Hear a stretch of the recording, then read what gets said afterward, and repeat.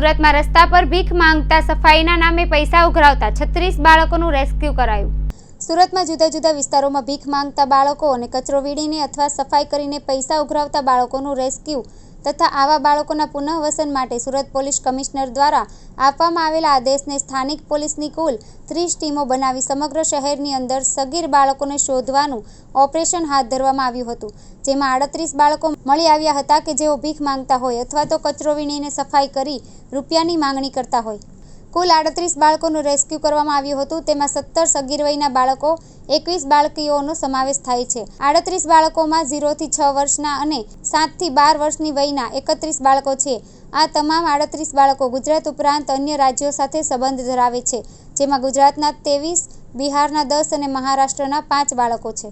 Rescue કરાયેલા આ બાળકોમાં માતા પિતા સાથે કુલ 33 બાળકો હતા, જ્યારે 4 બાળક અનાથ અને 1 બાળક અન્ય વ્યક્તિ સાથે મળી આવ્યા હતા। છેલ્લા 1 માસથી આવા બાળકો પર નજર રાખવામાં આવી રહી હતી, જેમાં 113 બાળકો ભીખ માંગવાની અથવા કચરો વીણીને સફાઈ કામ કરી રૂપિયા ઉઘરાવતા હોય તેવી ઓળખ થઈ છે। અન્ય બાળકોને રેસ્ક્યુ તથા પુનઃવસનની કામગીરી આગામી સમય સુધી જારી રહેશે।